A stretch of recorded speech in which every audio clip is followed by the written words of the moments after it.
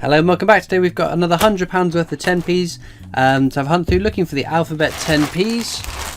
The progress we have made so far, 2018, we're doing pretty well. We've just got 4 left to get. D, G, R and T. We've got all the other letters of the alphabet. 2019, we've got much more work needed. All we've got is C, E, G, L, M, J, H, whoops, O, R, V and U. So some more on that would be very much well received. But without further ado, let's get into this bag.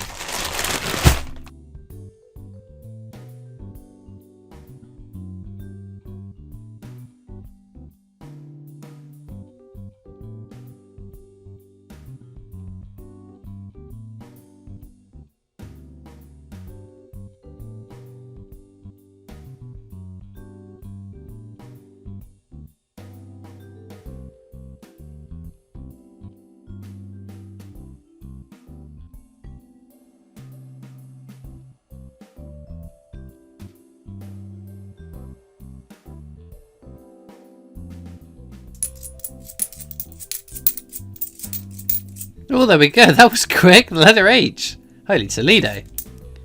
2019. What a stunner. Unbelievable. So we'll get into some questions then. Jacob Mango, no, not Mango, Magno, says, what do you think about safeguards in place for detecting fake monetary items? I think it's a good thing. No one wants to end up with fake money. So when I worked at a bank, we had these machines that you fed all the notes into the machines, and it went whilst it was also counting it. It was also fraud detecting them as well. So if it started spitting out notes, and it wasn't just because of damage, you could figure out that they were fake notes, and you confiscated them, sent them to the Bank of England, and they would verify whether they're fake or real. So that was one way of taking them out of circulation. But in terms of coins, definitely, I mean, just look at the amount of fake £2 coins I've found in the last 2 years through the coin hunts. And some of them are, if you don't pay attention, probably will trick you.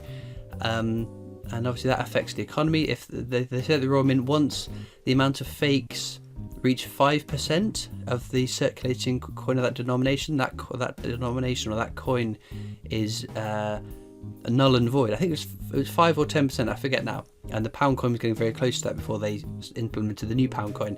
And there's so many features in that, so many that we know about and so many that they haven't told us about. It is one of, if not the most secure coin in circulation.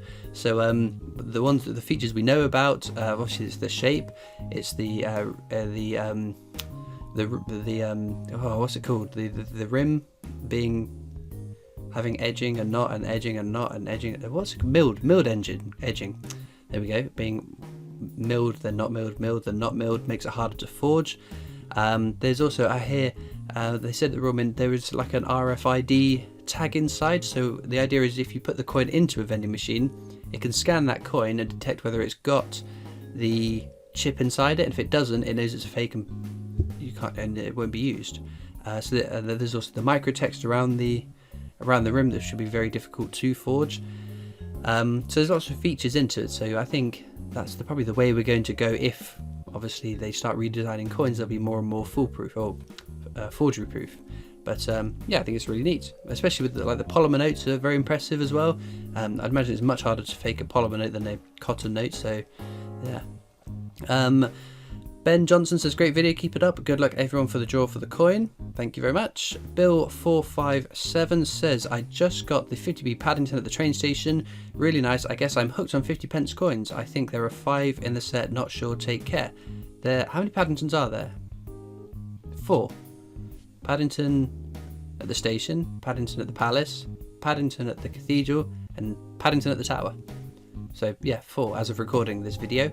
We don't know if there's going to be another 1 or 2 in 2020. I hope there is, because I think it's kind of cool to have another set going now that the Beatrix Potters have been brought to an end.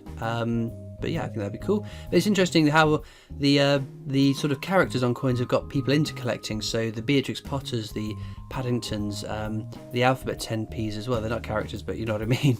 The Gruffalo ones, although they weren't in circulation, fans of the Gruffalo would buy the coin, and that could potentially get them into collecting. So I think the more childhood characters we get on coins, the better, because that inspires more people to collect, especially people that aren't interested in collecting but are interested in whatever topic it is on that coin. So like the Bond coin, it's a shame that there was only the uncirculating £5 coin, and then the precious metal ones obviously don't circulate. But I think the more varied characters, the more pop culture. Just look at the success of the Queen £5 coin. Again, a shame that there's only a bunk £5 coin and then precious metal ones up from that. But the more pop culture we get, obviously there's a line to be drawn. Yes, we want pop culture. I'm happy with Freddie Mercury and Elton John and the Rolling Stones and the Beatles. Do I want Which Way Is Essex featuring on my coins? No. So yeah, there's a fine line to be drawn, I guess. Benedicta Valentina says, thanks for this. My question is, what inspired you to begin your awesome collection? I've collected things on and off since I was a kid, coins being one of them. I started again in 2017, and there's just the success of the YouTube channel that's kept me going and going and going, rather than finishing my book and leaving it at that. Carry on going, doing more books, buying coins. I've never bought bunk sets. I've never bought precious metal ones, silver ones, or whatever happens to be. So yeah, that's what drives me to do it. I didn't have a massive amount of world coins. It was the videos I thought I could make out of them that made me do the world coins, and now I've got an insanely large world coin collection as well. The penny world record would never have come about had I not decided to make the videos. So my collection growing and growing and growing as much as a thanks to people like yourselves that are watching the videos, and my stubbornness and single-mindedness in wanting to collect coins. Janie Button says, hi Christopher, only been watching for a few months but I'm hooked. I have done pretty well on collecting 50p's, but I can't find a Paddington at St Paul's anywhere. Lots of towers turning up though. Fake news from the Team Cathedral bunch. They were not going to win. Also struggling to get to Tittlemouse and Taylor of Gloucester. What's the best way to find these 3 coins and complete my recent collection? Persistence, stubbornness, keep on going. The only way you guarantee you'll never find the coin you want is if you stop looking for it. If it's not just hunts you're doing it, I would recommend going onto Facebook groups. There's loads of Facebook groups for swapping, trading, Change Checker as well. If it's just circulating UK coins you want to trade, they've got a swap section on their website. New Mister, if you want to branch out outside of UK coins, is a great source of... Is that a cat? New Mist is a great source of information on world coins, but also you can trade on there as well. But no, so Tittlemouse, Taylor of Gloucester are fairly low minted coins in the grand scheme of things. They're not like Kew Gardens, but they are uncommon coins, so finding them is going to be tricky regardless. David Denham says, love the look of the snowman coin, nice presentation packs too. Totally agree, I liked it as well, and I like the strike your own as well. Ethan Power says, I like your videos, enjoy the content, slowly racking my collection up. Very cool. Well, I hope it's grown and grown and grown. Dickie T says, question, the Mint has said you can put Star Wars characters on £5, £2, 50p, 10p. Who would you choose? By the way, great fun, family friendly channel, Christopher. Thank you. Someone on the live streams, I'm always very worried about saying your name, who leaves some outrageously funny comments that again I can't read out in a video on a live stream. What Star Wars characters did I put? Oh, I was the bad guys: the Darth Vader, the Emperor, Grand Admiral Thrawn, Admiral Piet, General Veers, Lieutenant Risk. I want every bad guy in Star Wars to be on a coin. UK Coin says, how's your 2019 year? What's your favourite holiday place you could live at? Mine would be West Bay, Dorset. 2019 was a great year, yeah. The channel went really, really well. Things in my little world went really, really well. So, yeah, 2019 was a good year for me, barring my car being written off. But I replaced it with a nice car that I like. 2019 was the year I met the CoinTubers. 2019 I met all the CoinTubers that have come down to the Royal Mint, and we had some absolutely amazing weekends. I met more subscribers as well as the channel grew. More people came along to the Royal Mint trips, the pilgrimage, as Master Temple likes to call it. And yeah, I think 2019 was amazing. I had a nice holiday to Tunisia. Very well earned and needed break. That was a beautiful holiday. I absolutely loved that. Favourite holiday place? So I was talking about holidays recently. My mindset on holidays has changed somewhat as I've grown older, as I have worked harder. I've always wanted holidays where I could do things, whereas now I want holidays where I don't have to do things. I want holidays that are hot, with a beach, with a pool, that I can just slop out and do absolutely diddly on. So I think Tunisia was a lovely holiday. I would love to have a similar sort of holiday like that. So yeah, hot, sand, beach, pool, happy days. Alex says, pretty cool coin that. Thanks for the giveaway, no problem. Raj Lawrence says, love your videos, mate. Never thought that I'd be interested in coin collecting, but always happy to be proven wrong. How old were you when you first started collecting coins, and have you ever collected anything else? Oh, I'm an obsessive collector of all sorts of garbage, and so stamps is the other big collection I've got. Anything Star Wars I can get my hands on, I will keep. I can't throw away anything Star Wars.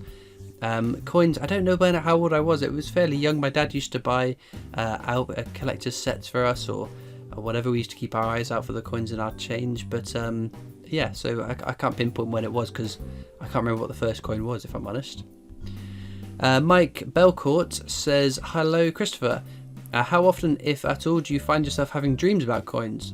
I wouldn't have thought very often until I started collecting myself. I now have loads of them. Maybe it's just me. Hope all is well. Take care, Mike.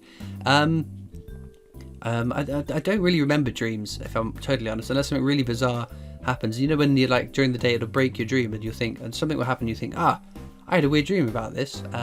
I'm very sad. Do you think about dreaming? You can dream about anything. You've unlimited abilities to dream about what you would like. You could fly. You could be a superhero. You could, I don't know. You could do anything you want. I dream about going to work, and being stuck in the snow. I did actually before. What was the first thing these styles? I'm having a bit of mind blank. The Force Awakens. God, that took a.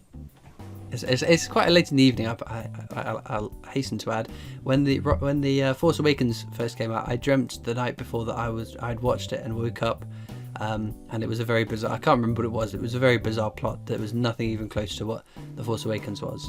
But with that being said, we'll get back to the coins. Well, there we go. That's our finds for today. One alphabet MPH from the letter 2019, which is not too bad of a result to find one. 2 jerseys, and the Lighthouse at Chicken Rock. I do like Isle of Man coins, and that is a stunner. And these two are both from 92. But there we go. We found another letter. Not a new one for the book, but I'll never sniff at finding a letter. So all that leaves me to do now is thank you so much for watching. I hope that you've enjoyed, and I'll see you next time for more coins. Bye.